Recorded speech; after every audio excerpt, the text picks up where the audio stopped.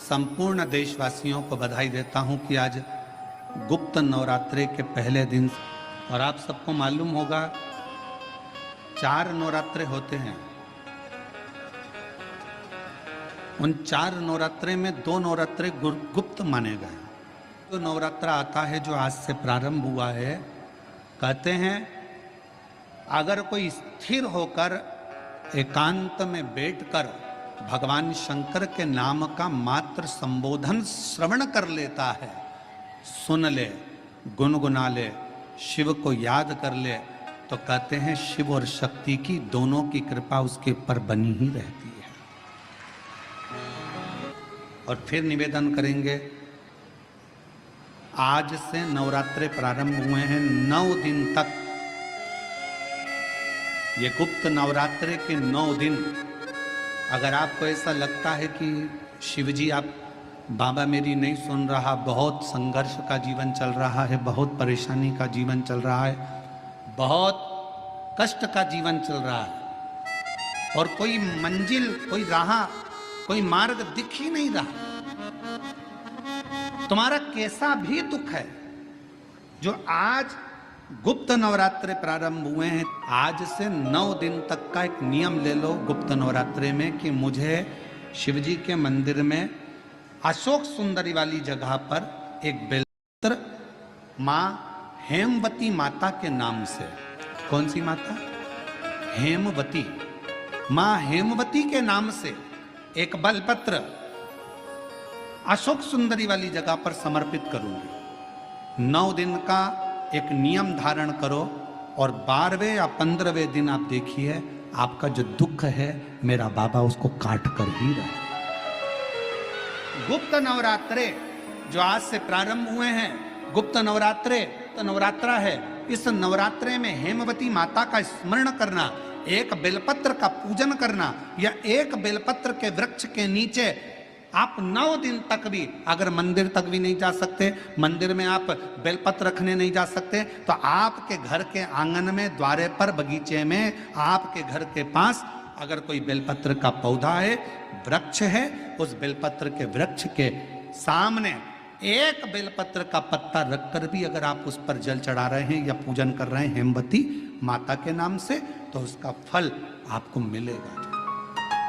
और मान लो बेलपत्र का वृक्ष भी नहीं है, हम मंदिर भी नहीं जा सकते, हम कहीं नहीं जा सकते, घर से बाहर कैसे निकलें, पानी तेज है, जलवृष्टि हो रही है, बहुत सा पानी है, तो क्या करें? अपने घर में जो शिवलिंग है, तुम्हारे घर में अगर जो शिवलिंग है, तुम्हारे घर में जो शिवलिंग विराजमान है, उसी शिवलिंग के साक्षी में, सम्मुख में भी अगर हेमवती माता का नाम लेकर अगर एक बेलपत्र समर्पित करोगे 9 दिवस तक, तो उसका फल मिलेगा जरूर, उसका फल मिलेगा। फिर से बोलो, कौन माता? हेमवती माता। कौन है ये? शिव महापुराण की कथा कहती है, जब माता पार्वती जी हिमालय राज के घर में प्रगटी और हिमालयों की कंदरा में बैठकर मां पार्वती जी तप साधना में लीन हुई, जितनी परीक्षा भगवान शंकर ले सकते थे शिव जी ने सारी परीक्षा ली। ब्रह्मदेव परीक्षा लेने आए, भगवान नारायण परीक्षा लेने आए, इंद्रदेव आए, सप्तऋषि आए, सारे साधु संतों को परीक्षा लेने भेजा, पर मां उन परीक्षाओं में पास होती चली गई। तब भगवान शंकर ने दर्शन देकर कहा, पार्वती आज से तुम्हारा नाम हेमवती रहेगा। सुनो पार्वती, तुम्हारे इस नाम की आराधना जो तुम्हारे गुप्त स्वरूप में करेगा, उसको मनवांचित फल की प्राप्ति हो जाएगी। और वो फल, आज कथा अगर प्रारंभ हुई है और आप लोगों को मौका मिला है, तो इस कथा का स्मरण अपने जीवन में जरूर करें। अगर इस गुप्त नवरात्रे के अंतर्गत 9 लाल फूल और 5 श्वेत पुष्प, ये दोनों, लोग कहते हैं गुप्त नवरात्रे में हम देवी की आराधना करें, गुप्त नवरात्रे में हम भगवान की आराधना करें, पर शिव महापुराण की कथा कर रही है, भगवान शंकर का चरित्र कथा है।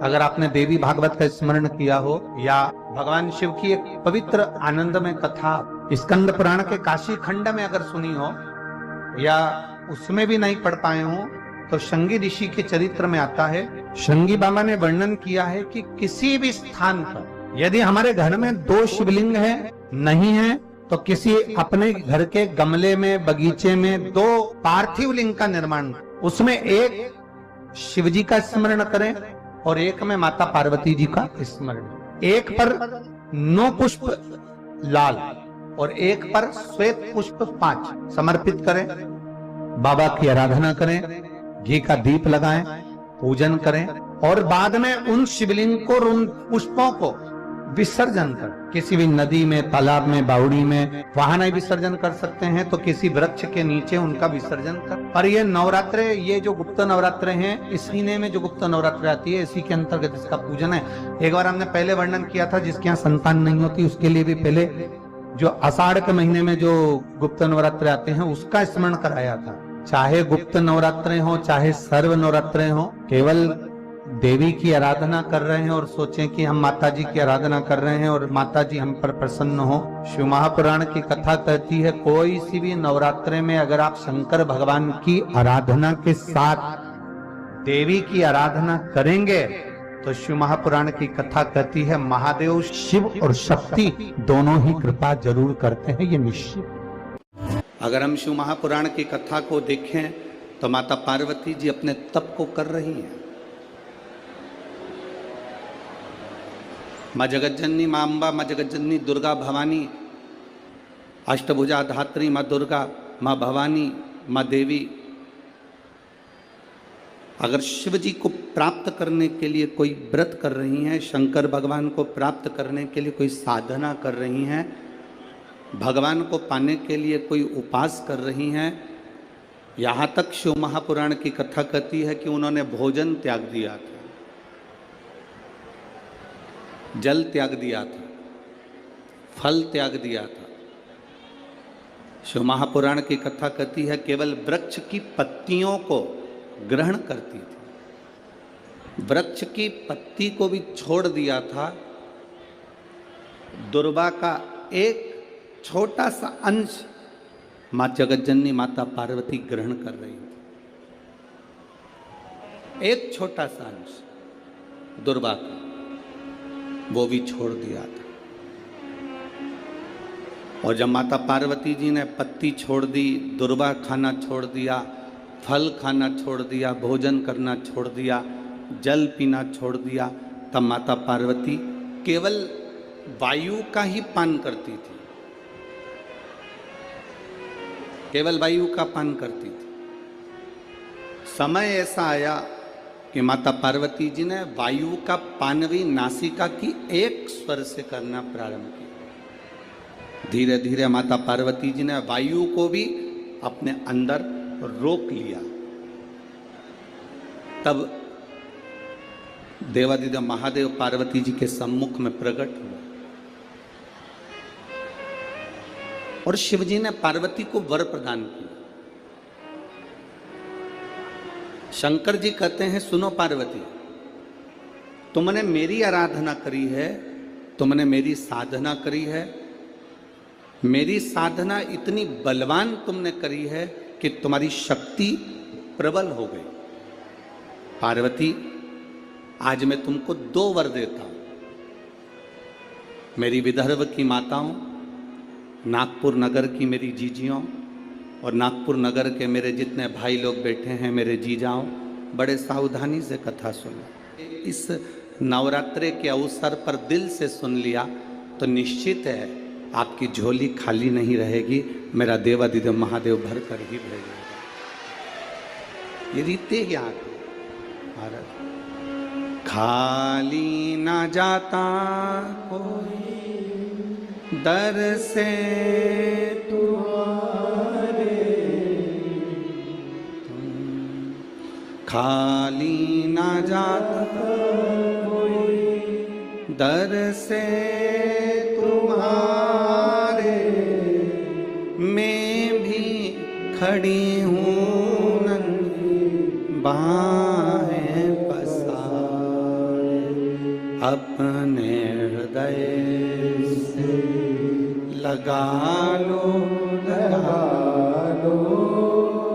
गिरा जा रहा हूँ, उठा लो अपने दर से अब तो न टारो, गिरी जा रही हो उठा लो। शिवजी ने माता पार्वती को 2 वर दिए और वो दोनों वर आपके ध्यान में रहना चाहिए, आपके स्मरण में रहना चाहिए। शंकर भगवान ने माता पार्वती को 2 वर दिए जब माता पार्वती ने तप साधना करी। पहला वर मां पार्वती जी को देते हैं भगवान देवादिदेव महादेव, जो नारी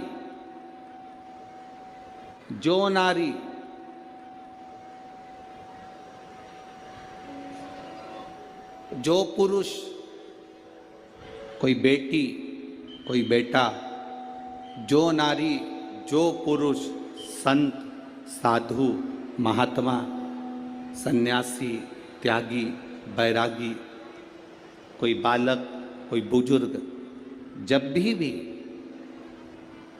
किसी व्रत को धारण करेगा, कोई भी व्रत हमने अपनी जिंदगी में उठा लिया, कोई व्रत धारण करेगा तो शंकर भगवान कहते हैं उस व्रत को पूर्ण करने की शक्ति बल पार्वती तुम और मैं शिव और शक्ति दोनों प्रदान करेंगे। जब भी कोई व्रत उठा,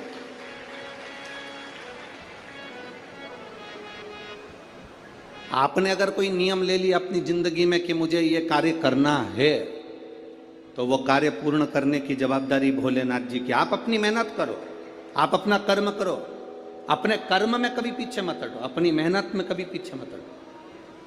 आपने सोच लिया कि मुझे डॉक्टर बनना है, आपने सोच लिया कि मुझे इंजीनियर बनना है, आपने सोच लिया कि मुझे एक अच्छा अधिकारी बनना है, तो मेहनत तुम्हें करना है। जितनी कर सकते हो उतनी मेहनत करो, जितना कर्म कर सकते हो उतना कर्म करो, जितनी पढ़ाई कर सकते हो उतनी पढ़ाई करो। किसी आडंबर में पढ़कर कोई तुमसे कह दे कि मेरे पास आकर बैठ जाना, मैं तुमको ऐसा भभूति बनाकर दे दूंगा कि जिससे तुम पास हो जाओगे या जिससे तुम उत्तीर्ण हो जाओगे या तुम्हारी नौकरी लग जाएगी। ना ना ना, अपनी मेहनत अपना कर्म अपने को करना है, तब हम उन्नति की सीढ़ी पर चढ़ सकते हैं, आगे बढ़ सकते हैं। अपनी उन्नति की सीढ़ी पर चढ़ने के लिए अपनी मेहनत जरूरी है, अपनी मेहनत। आप अगर मेहनत करो ही नहीं और सोचो कि आप बहुत ऊपर की ओर बढ़ जाओ तो बड़ा कठिन है हमारा।